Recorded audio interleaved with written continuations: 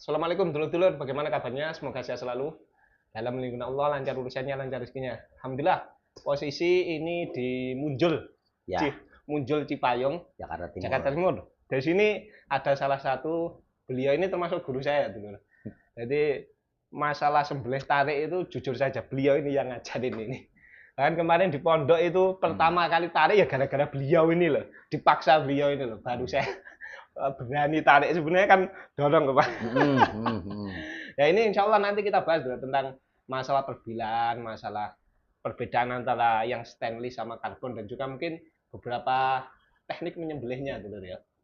Oke, mungkin Bang Tisna bisa menyampaikan apa yang perlu diantaranya bilah dulu, apa cara sembelih dulu biasanya. Ya, sebelumnya Assalamualaikum warahmatullahi wabarakatuh. Assalamualaikum. Iya, terima kasih buat Mas Sultan udah datang ke Balai Munjul. Alhamdulillah. Yang intinya wadah silaturahmi. Yang lebih utamanya lebih cenderung ke kaitan tentang penyembelihan. Penyembelihan ya. Ya, mungkin kalau orang masalah penyembelihan itu banyak guru, banyak karakter, banyak tipe ya. Cuman yang kita pakainya ini semuanya kan ada kinerja, ada tata caranya yang baik, yang syar'i itu seperti apa? Seperti apa? Bukan semua pisau hanya bisa buat sekali tarik enggak juga. Tapi semuanya itu pertama jangan pernah lupa dengan ridhonya orang tua. Ya, benar. Orang pada lupa kan kalau buat belajar ke ridhonya orang tua. Kedua, ada guru atau wasilah. Kita belajar. Banyak orang yang bisa cuman katanya. Makanya Mas Sultan kemarin nih ngeliat pisau-pisau baru saya nih. Bukannya sombong nih, mohon maaf. Dan saya bukannya ngunjukin pisau saya banyak, enggak. Bukan begitu. Karena apa? Karakter mereka ini kan beda-beda. Pertama beda-beda, pabrikannya pun agak beda-beda.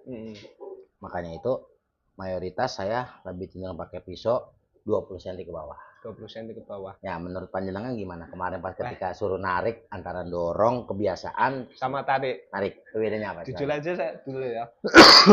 Antara dorong sama tarik, saya lebih nyaman tarik. Sebenarnya dulu kan dorong. Memang posisi orang Jawa Timuran itu biasanya lebih dorong. Nah, di sini beliau itu ngajarin tekniknya. Jadi mulai posisinya sampai ya pertama ya gugup dulu, tapi ternyata enak juga ternyata. Lebih safety nggak kalau tarik itu dorong? Lebih safety-nya itu tangan lebih aman. Biasanya kalau dorong itu dikhawatirkan ini apa itu? Oh, kalau bahasa orang bahasanya itu gimana? Ketriwal ya. Ketriwal ya gitu. Gini, itu pernah alami. Memang udah kejadian, Mas. Jadi begini, saya bukannya ngajarin, kan. Dianjurkan sama ngajarin beda. Bener dong. Tapi kalau kita timbang hanya untuk motong doang, orang bisa. Tapi kan mereka banyak belum mengetahui safety-nya menyembelih itu buat diri yang penyembelih itu apa. Makanya itu kita bahas secara detail itu. Lebih disarankan ketika motong sapi terutama itu narik dibanding motong dorong. Ya, tapi kembali lagi kita nggak boleh memaksakan kehendak kebiasaan orang harus narik. Nah, merubah kebiasaan itu kan nggak gampang. Proses waktu, karakter bilah seperti apa. Contoh, kalau mungkin kita ngomong karakter bilah dorong sama bilah narik pasti beda. Coba Mas make narik misalnya selawe sampai 30. Iya. 25 sampai 30 bahasa orang sana ya kan. Kalau orang Betawi beda lagi. 25 sampai 30. Tapi kalau di dunia tarik itu di 25 sampai 20. Iya ya kan? Nah, makanya itu posisi seperti itu harus kita sesuaikan dengan karakter. Apalagi makin lama kemari harga sapi lambung dong. Lambung juga. Nggak mungkin orang beli sapi yang di atas 40, 50 sampai 60 juta ke atas atau 8 kintal ke sana. Nah, aneh ngomong ke arah situ, makanya karakter panjang pendeknya pun harus disesuaikan dong. Antara buat motong dorong sama motong narik. Mas Sultan piye rasanya antara motong dorong itu pakai bilah sekian sama dorong pakai bilah sekian? Ada bedanya kira-kira? Ya ada, Bang. Ternyata gimana ya, pokok untuk tarik itu nggak memerlukan yang panjang-panjang. Hasilnya pun juga lebih efektif lah, lebih safety lah diantaranya itu. Iya. Nah kalau situ pengen detail dengan masa bola boneka, ntar murid saya ngambil. Kup ambil boneka sapi di dalam. Kup.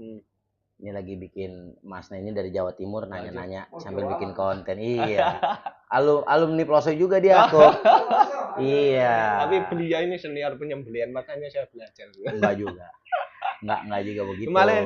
Kemarin saya motong itu tarik itu kemarin di pondok. Ya. Pondok ya atas paksaan beliau itu. Tarik pokoknya. Akhirnya harus coba. Iya, karena kalau nggak nyoba nggak bisa nanti. Kayak gini Mas. Bisa itu bisa karena terbiasa. Terbiasa. Nggak ada namanya orang itu nggak bisa tanpa bisa mencoba. Bener. Dan nggak ada orang bodoh. Adanya orang terbiasa. Bener. Tanda kutip. Orang bodoh ada orang yang malas. Nah, kita bahas masalah penyembelihan kita. Nah, ini boneka ajaib. Ya, sementara boneka ajaib. Iya, jadi entah kalau pengen lihat video saya nanti saya bisa lihat di channelnya Mas Sultan. Bisa lihat nanti saya kirimin. Jadi antara kita motong kan gini posisi rata-rata ya, sapi tengkurap. Nah, kalau dia motong dorong, set otomatis kan leher itu kan di sini dong, pisau di sini dong. Nah, ketika dia bentangkan pisau begini, seret, tapi kan yang di sini belum tentu kena. Belum, ya benar. Kalau kita dorong begini, kadang-kadang di depannya suka nyangkut dengan kulit. Kulit, benar. Gimana caranya buat efisien motong ini? Kadang-kadang ditekuk dulu dong. Ditekuk, nah, dikencengin dong. Intinya ini gini, kalau motong penyembelihan sapi itu ilmunya satu, seperti main layangan, kita ngadu layangan. Layangan kalau kendor, kira-kira cepat putus nggak? Enggak dong. Tapi kalau sama-sama yang satu kenceng cepat putus ya. Kesenggol dikit. Tes, bener dong. Sama halnya dengan bilah. Nah, orang pada tahu, cuman kurang paham gimana caranya. Tajamnya bilah walaupun sampai grade 5.000, 8.000 sampai 12.000 pol gitu tajamnya, belum tentu kalau bentangan leher ini kendor bisa sesayat, nggak mungkin. Nah, itu kuncinya tukang potong tuh jarang yang ngajarin. Caranya itu ya. Harus peregangan harus benar-benar. Bener, harus kenceng. Di sininya tuh harus kenceng. Makanya kan antara motong dorong sama narik pasti ada bedanya. Dari bilahnya. Panjangnya udah pasti jelas. Kedua, antara bilah tebel sama flat pasti beda juga. Beda juga, bener.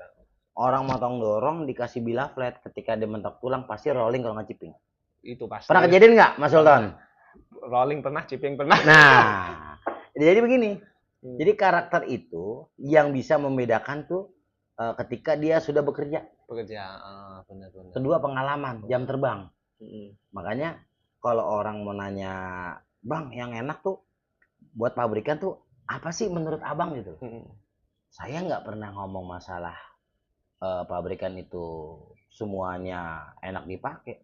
Yang enak itu pertama yang kita rasa, pertama kita pegang genggamannya, nyaman nggak buat diri kita? Karakter orang kan beda-beda Mas. Bener dong. Jadi nggak bisa kita maksain ini bagus nggak. Situ kan lihat sini pabrikan, lebih dari 5 pabrikan nggak nih? Nggak usah kita sebutin lah ya kan, orang dari jauh juga udah pasti paham lah ya kan. Dari mulai Victo, Don Carlos, Arcos ya kan, Turki juga ada kan, Solingen juga ada, Gisher juga ada. Cuman Icel lagi jalan nih belum datang. Nah, lengkap sampai yang tradisional pun ada. Ada. Nanti kita kupas berikutnya yang tradisional. Kita kan ngomong masalah gini. Nah, kalau buat sembelih potong, kenapa saya Mas Sultan tuh lebih lihat saya kok Bang Risna pisaunya tuh nggak ada yang panjang-panjang di atas 20. Kita lihat kan 13, 14,5, 15, 16, 18 sampai 20 ya kan. Terakhir 20. Jarang dipakai malah. Lah iya malah jarang dipakai. Saya lihat video saya kan kalau di Kilis 100. Nah, kembali lagi, kenapa saya lebih cenderung pisau pendek? Begini. Dasarnya kalau orang motong, itu pasti saya peregangan antara tanah dengan punggung ini pasti mepet. Kalau kira-kira saya kasih pisau panjang, sapinya sapi maaf 500, 400 kintal, kira-kira mentok bawah nggak kalau kepanjangan? Nyangkut dong. Makanya itu harus kita medan itu harus lebih kita perfekti dalam memilih suatu bilah panjang dan pendek. Nah, keduanya apa? Sayang dong sampai pisau kita baret kena apa sih aspal biasanya kan, aspal ataupun tanah. Kalau tanah mungkin bisa kita bersihin, kalau aspal kan pasti di sini aja pasti baret sayang. Itulah alasan saya pertama lebih milih pisau pendek. Keduanya apa Mas? Tenaga yang dihasilkan ketika kita narik dengan pisau pendek itu lebih masuk dibanding pakai pisau panjang benar. Gitu. Jadi Bang Krisna batasnya di mana sih kalau buat di leher pisau pendek nih dari sini? Itu berarti Dari sini nih. dari sini. Ya, dari sini sampai sini. Itu ditekuk bawah, itu ditekuk bawah. Tapi kalau situ ngambil dari sini itu pasti gagal. Pasti 2 kali 3 kali. Tapi kalau udah dari sini udah nempel leher begini, tinggal kita tarik begini aja. Itu insya Allah kesononya tinggal terusin. Nerusin, Pak. Berarti kuncinya harus di sini ya. Nah, harus di sini. Kembali lagi posisi pisau. Posisi pisau. Jangan begini ya kalau pisau pendek. Agak dikolongin dikit di leher sapi. Ini kan ada tuh jelas tuh. Tuh jelas ya kita ngomong ya. Tuh jelas. Jangan begini ya, tapi gini. Ya penting tuh ini tuh. Nah, ini ilmu langka ya, ini nggak bakal jarang yang ngasih pasti. Ya? Iya. Nih, ini kan kuping. Ini kuping ya, ini kuping. Kalau pisau panjang orang pasti pakainya begini doang kan. Tapi kalau pisau pendek dia agak turun dikit, pas dekat dengan handguard. Ini namanya handguard ya, kalau bahasa. Handguard. Kita tempelinnya begini. Kalau ketika ini panjang antara 2 sampai 3 cm, ketika kita tekan kita sayat ke atas, itu posisi pasti kebuka deh. Kemudian tinggal terusin. Makanya itu pentingnya leher itu harus bentangannya kencang. Harus peregangannya kuat. Nah, jangan sampai kendor. Nah, terus apa lagi Mas Sultan yang mau tanyain? Mungkin di antara ini pisau dari yang paling penting itu terus sembelih itu flatnya atau bevelnya atau yang penting ketajamannya gimana, Bang? Nah, kita mikir gini lah. Kalau buat seorang profesional atau udah terbiasa, itu kita mainnya di semi bevel sampai flat. Sampai flat. Tapi kalau orang baru dibikin semi bevel aja cukup, karena kalau kebangetan tandas takutnya kena tulang rolling. Benar-benar kayak gitu. Jadi kalau masalah tajam cukuplah kita di grade 5.000 udah cukup, lebih dari cukup. Sudah cukup ya, Pak? Iya, jadi itu tadi posisi ini yang utama. Yang saya bilang tadi, jangan sampai nempel bilah itu begini kalau pisau pendek. Kalau bisa agak kolongkan dikit. Kolongkan dikit ya, powernya lebih masuk Mas. Iya, jadi kalau kata orang Jawa nggak pakai toh ganjel toh, orang pakai diganjel. Langsung Nah, kedua, patokannya itu apa sih batasnya tuh leher ketika itu antara 4 sampai 5 jari. 5 jari ya. Ya itu juga sama Mas, motong juga antara 400.000 sampai 500.000 motong doang. Iya, ini hiburan, jangan terlalu kaku. Nah, itu memang harus kita sepakati kayak gitu. Bang, kok tukang potong ada biayanya? Ada. Karena ada rumusnya. Kenapa? Dia sekolah. Dia ngikut pelatihan. Ketiga, dia punya alat sembelih yang buat beli. Harganya juga lumayan mahal dong. Harganya juga tinggi ya. Lumayan lah kalau gitu. Dan ini loh Mas, risikonya tuh lebih fatal kalau seorang penyembelih gitu loh. Bukan karena kita hubungan kita dengan Allah, tapi hubungan kita dengan si pengorban juga harus lebih efisien. Benar. Saya bilang gitu. Kup, Trisna ya? Iya. Kup, Icel Kup. Nah, ini Icel baru datang nih Mas. Alhamdulillah. Tangerang apa Banten? Apa pengirimnya? Tangerang ya? Aan ya? Nah, kayak gitu. Jadi semuanya itu pertama, sebelum kita belajar ke dunia penyembelihan, banyak juga yang kurang paham, tapi banyak juga yang udah mengerti dan paham. Kita cari guru atau sanad yang jelas. Kedua, sebelum kita mencari, kita minta redonya orang tua. Benar. Karena gini Mas, redonya orang tua, redonya Allah dong. Redonya guru, redonya Allah juga dong. Seperti itu, jadi nggak jauh. Kenapa kita bisa? Karena redonya mereka. Kalau udah orang tua udah redo, guru udah redo, kira-kira Allah redo nggak? Yes, pasti Bang. Nah, pasti satu paket. Nah, kayak gitu. Saya bisa begini juga karena pertama saya punya orang tua redo sebelum dunia begini. Mas saya kan udah tanya-tanya masalah ini nih. Nah, setiap pabrikan pun pasti beda karakter dong. Antara kekerasannya, gagangnya juga beda-beda dong. Nah, kemarin lagi kita nggak boleh menyalahkan, oh yang enak nih pabrikan begini, itu menurut Anda. Benar. Kan yang selama ini di dunia maya kan, oh saya enak. Kalau memang situ udah nyaman itu, jangan menjelekkan produk lain. Sama aja kita gibahin namanya. Kembali lagi masing-masing punya karakter, punya perbedaan. Indonesia berapa suku Mas? Banyak sekali Bang. Gimana caranya biar Indonesia maju dan bersatu? Dikumpulin perbedaan buat jadi keindahan, jangan perbedaan buat jadi permusuhan. Nah itu kan selama ini, wah gue lebih ini mampu buat sekian, nggak boleh. Kalau selama ini pisau pabrik ini mampu, mungkin pas waktu ente nyembeli Allah masih redo malaikat, bener gak? Bener. Makanya seperti itulah yang bisa saya sampaikan.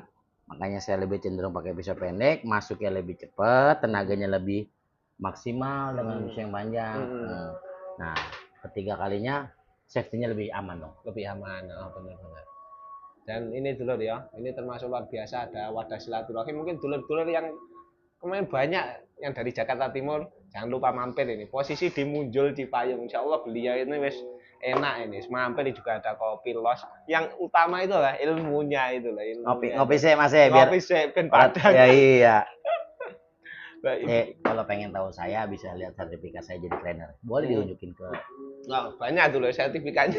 Unjukin aja. Sambil kita masuk ke galeri, coba sambil kita jalan, mau jalan. Ya, ini ya, kelihatan ya. Ini dia. Oh, sertifikatnya. Nanti aja nanti di video yang di galeri, Bang. Kita ke dalam dulu. Sambil ya. lihat-lihat. Ini dia galeri beliau. Nah, ini sebenarnya awalmu asalnya karena apa ya mas? Mungkin umat ya. Umat. Jadi ketika saya bingung nyari barang banyak, naruhnya di mana? Kan ketika safety juga. Nah beginilah. Jadi kita ada buat berkebun, buat kayu, ada buat sembelih, ada buat seset, ada buat tulang. Jadi semuanya itu harus apa ya? Saling melengkapi gitu. Jadi saya kombinasiin, saya inovasiin, pabrikan, saya bikin corak ke tradisional juga. Ya, jadi bahan-bahan pun bisa dilihat di sini. Ini belum lengkap nih ya. Ini baru-baru ngisi lagi kemarin karena kan kita momen Mas Sultan ini baru datang pas ketika momen sebulan setelah Idul Adha. Setelah. Tapi setelah itu penuh ini. Tuh. Nah, ini pabrikan penuh. Kemarin di sini dulu ya. Kemarin di sini sepi sekali. Sekarang penuh ya. Iya. Nanti dulu yang daerah sini, daerah terutama Jakarta Timur silahkan mampir wes. Bisa, kalau buat di Jawa bisa kontak person, bisa pengiriman, insya Allah pengiriman. Jawa mana wes ini bisa, nanti nomornya saya cantumkan aja wes kalau mau pesen, tenang aja, beliau ini enak wes. Insya Allah mana. Timbang duit segitu sih nggak bakal pusing saya. Jadi jangan punya prinsip main ke balai itu kudu beli barang. Silaturahmi aja, nanya-nanya tentang teknik jatuhin sapi, tata cara, seperti apa baiknya. Tapi kalau bisa, kalau pengen niat mau belajar, minta redonya orang tua dulu baru main kemari. Semuanya kan ada wasilah ya mas. Iya benar. Sekarang seorang kiai, seorang gus nggak mungkin kalau dia mau belajar nggak minta redonya orang tua. Benar kan? Oh benar juga itu pasti itu wajib itu. Itu wajib kalau yang gitu. Jadi nanti setelah ini kita bahas tentang baja-baja tradisional ya. Tradisional juga. Gimana kekurangannya, kelebihannya seperti apa. Siap. Mungkin begini aja dulu. Nanti disambung episodenya. Siap. Mungkin ada kurang lebihnya minta maaf. Wassalamualaikum warahmatullahi wabarakatuh.